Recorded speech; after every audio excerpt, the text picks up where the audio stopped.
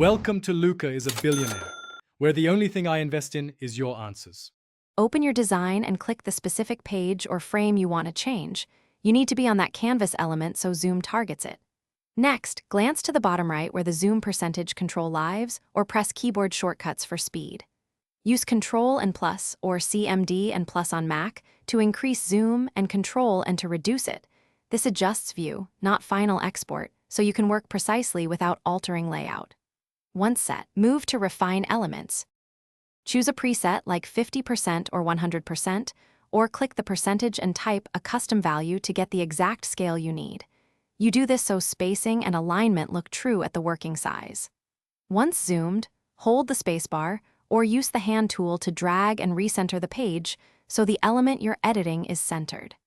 Make sure rulers and guides are visible for precision, because detailed adjustments require both scale accuracy and proper positioning before editing.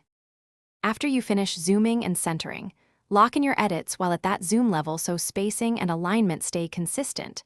Remember, zoom changes only your view, not export resolution. If the view looks off, click Fit or Actual Size to reset the canvas and verify proportions. If zooming is slow or unresponsive, reload the design, clear browser cache, or relaunch the Canva app. This resolves most rendering hiccups and ensures your zoom controls behave predictably.